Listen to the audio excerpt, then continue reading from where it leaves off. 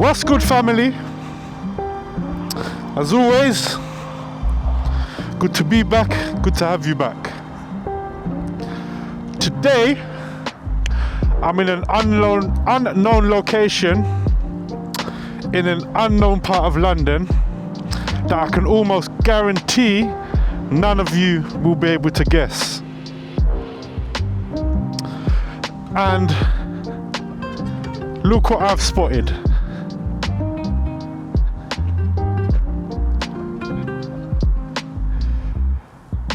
Driving aggressively, cause noise, nuisance, example, revving engines, loud stereos, handbrake turns. If you do not comply, this could result in your vehicle being confiscated or destroyed. By who? Security. Because you can see the evidence of past meets.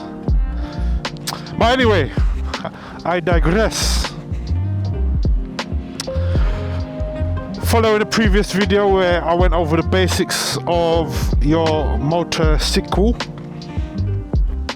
we talked about the clutch and sort of basic clutch control and things you can do to get used to your clutch, use of the gears, use of the front brake, and use of the throttle. Now, some of the drills in that involved obviously a bit of slaloming, and in this undisclosed location, in this unknown part of London, I found a perfect place to practice some of that. Now, excuse me, steering is what I'm going to touch on today. Now, many of you might already know about counter steering, push, pull, all of that stuff, but a lot of you don't. And everyone that rides bike probably does it, but doesn't actually know what they're doing and isn't conscious of the actual functions they're performing. So that's going to be the focus for today. So I want to use this area again to just get some techniques in, and also going to touch on the ideas of counter steering. And for those that don't quite follow what I mean when I say that, is unlike a car, when you want to go right, you spin the wheel right. Left, obviously, you spin the wheel left. Now, on a bike, turns are initiated by leans. So when you want to go right, you think you would turn right. And yes, in slow speed, that's exactly what you do. You turn the handlebars, you right, you go right. You turn the handlebars left, you go left. You straighten them up, you should straighten up. But when it comes to avoiding obstacles when you're actually moving and going at some speed, it's the opposite. You're not in the middle of the road and you're not turning the wheel as such to get around most obstacles in the way that you think you would. Now, think about when you're riding and you're coming up to an obstacle. I just want you to picture in your head, what are you doing to your handlebars when you're approaching an obstacle and you wish to go around it? Thought about it? Cool. Because I remember there was a time when I had no idea what I was doing. I was getting around obstacles, but I wasn't conscious about my actual actions. So,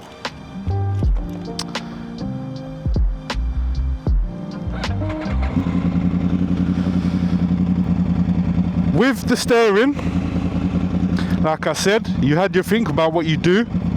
When it comes to approaching obstacles, I'm going to see if I can do this while I'm at a coasting speed. Yeah? I didn't even really give this a try before starting this, yeah? So forgive me if I fail. Now, I probably shouldn't have started it then. Obstacle straight ahead. I want to avoid the obstacle, say by going to the right of it. Slow speed, like I said, you turn and you lean a bit. Left, you turn and you lean a bit. When you start to pick up speed, it's all about knocking your bike off its center of balance. So if I'm going to go right around that thing, I'm actually pushing on my right, which is counterintuitive because you think that pushing would turn your wheel to the left. But what you're actually doing is you're initiating a lean to the right hand side. And what I'll do as I'm going through this, I'll try to show some images of what that looks like or some other videos of what that looks like. But I'm going to go through the first two slow time, see how that looks. And I'm going to go through the next two without full holding on to that. And I'm going to just try to see if I can do it with just the push. So if you're going slow time, now I'm going to push on the left to go around, and now I'm pulling on the left to go around. Again, I want to go there because I'm going slow. I can push and pull, coming up to this, and I can turn it to the left. I said two, turn it to the right. Now, oh my gosh, oh my goodness, I just got attacked.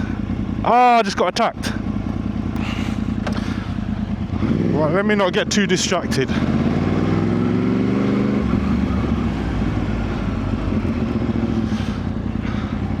So, where I've got this nice straight, what I do, let me go up there.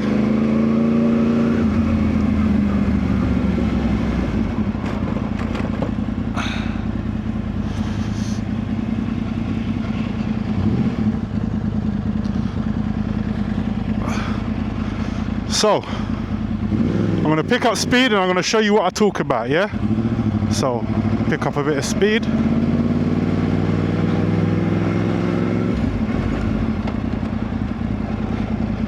Now, when I push, can I make it? See how I took that turn? I won't lie, that was stressful. What I do, let me go around. So build up a bit of speed. I'm going to go into neutral and I'm going to push. Push, and then straighten up. So you see how when you pick up a bit of speed, I'm not doing the same as pulling with my left. I'm not turning the wheel, but I'm initiating a lean on the bike. So if that white car wasn't there, I'd have used that again. Now, with this, there's obviously a load of scientific stuff and there's a load of words that you can throw out and technical specification and magic and hippity hoppity that you can chuck at this. Me personally, I don't really care about all of that, as long as I understand the principles. Now, my preferred method when I'm turning and navigating varies depending on the situation I'm in. But usually, I like to pull to initiate my lean, for the most part. And that depends again on how I'm riding, where I'm riding, the circumstances that surround the area that I'm in. So, right now, I'm gonna pull off, just using one hand. I'm gonna push to initiate right. And now I'm going to pull to initiate left. Push to initiate right. Pull to initiate left. So, pull.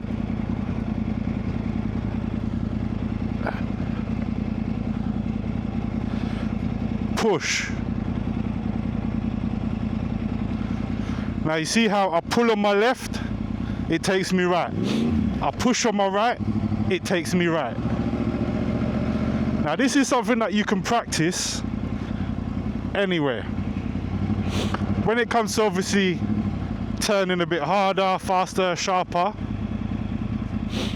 that's when you combine the both. Now,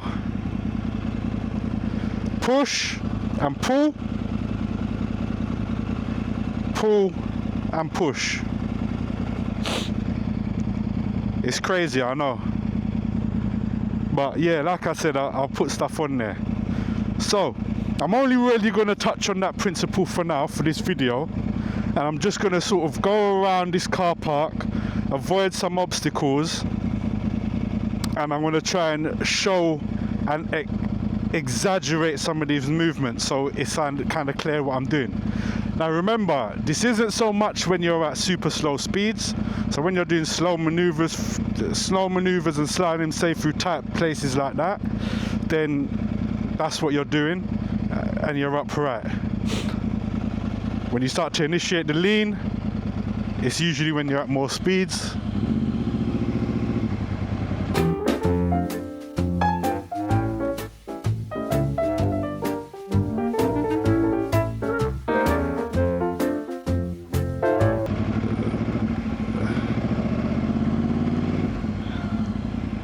Neutral. So I want to go right, so I push on the right. I want to go left, so I push on the left.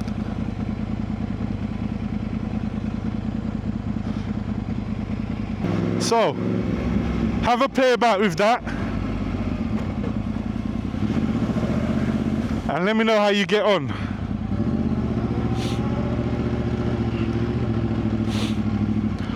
Now another thing that we've got nice in this car park are these.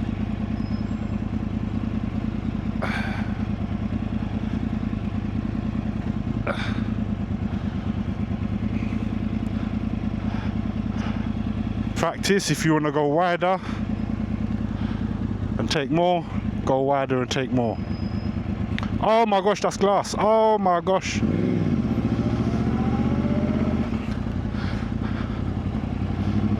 But yeah, in this undisclosed location, which probably no one will be able to put down in the description for people to find. Come here and have a play, man. So when you get faster,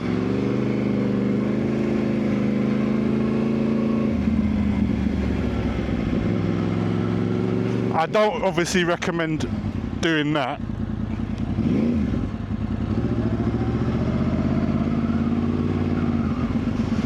But push, I'm pulling on my right.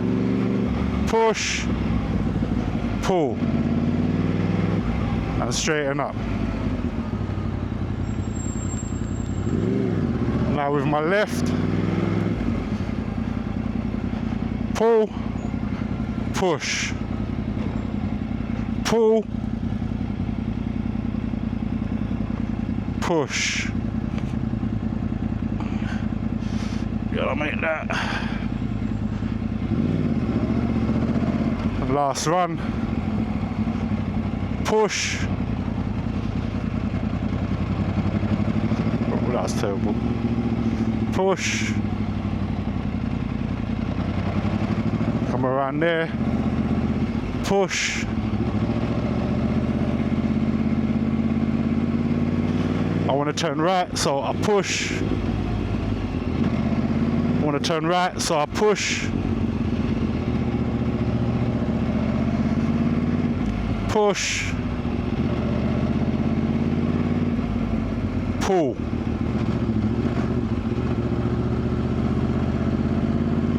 So now left turns. Pull.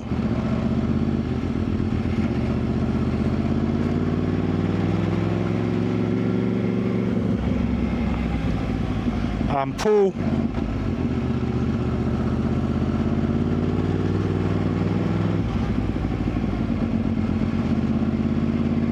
And that's it. And push, pull, push, pull, And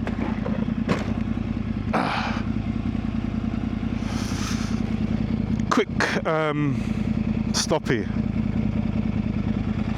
Now that's it. It's as simple as that. It's very counterintuitive if you think about it too much. Just feel it as you're pushing to initiate the lean, and then your wheel will do what it needs to do. So you push to initiate the lean in the direction that you want to go. As bikes, you know, right? Because me, innit, I'm experienced, innit? Me, I'm just, you know, when I get my knee down, I get both knees down, innit? Yeah?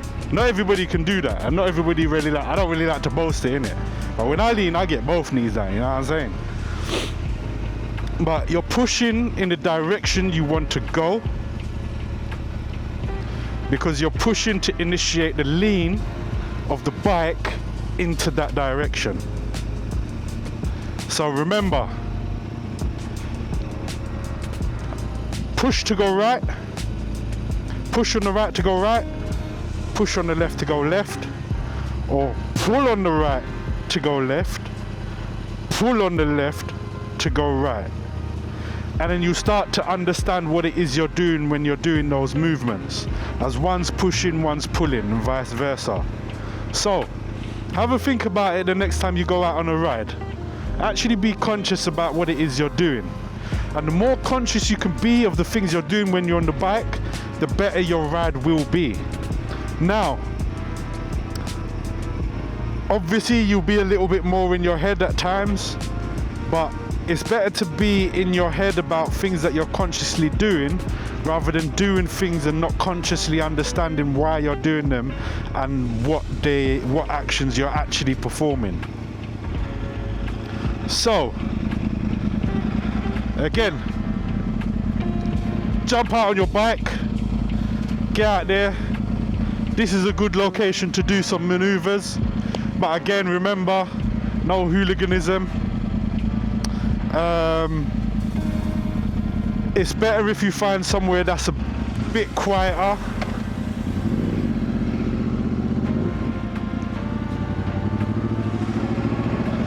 And it's probably not advisable to do what I was doing and go through in the way that I have.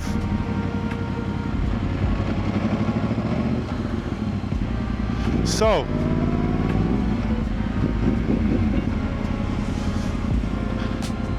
get some cones, drop your bags,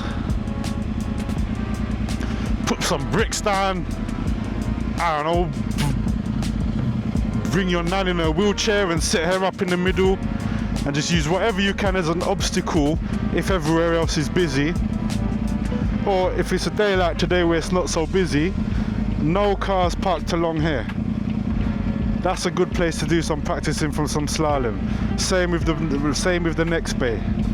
And if it is busy, or if it's late at night and there's not too much going on, maybe do as I was doing and go through it like that.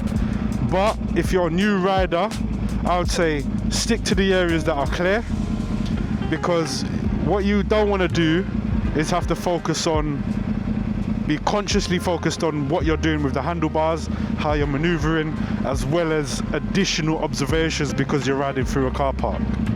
So I would say use a lane like that, or find an empty space, chuck some bags down, whatever, and then practice your maneuvers like that. Because I ride a lot more and I'm a bit more conscious about what I'm doing, I'm used to this sort of stuff. I don't mind going through there because I can do it while keeping up with my observations. So let me end that there, and let me know if that makes sense to you. And if you want other demonstrations of this, what I'll do, I'll actually find somewhere that's a bit better. I might go back to another car park that was a lot emptier, or find a long strip and set something up, and then try to do this demonstration with greater speed and probably better obstacles and all that good stuff. So hope this made sense to you. Hope this was something that you can take away with. So this is something that you can take something from. And yeah, man, I'll see you on the next one.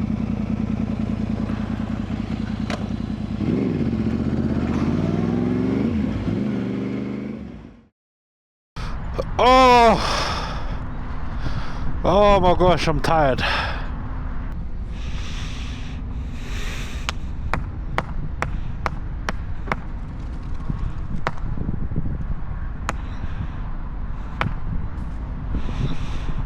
Call me the bird whisperer.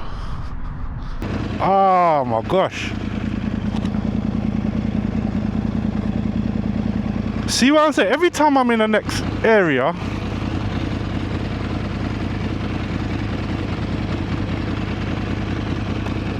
there's some kind of foolishness. Ah, what a day.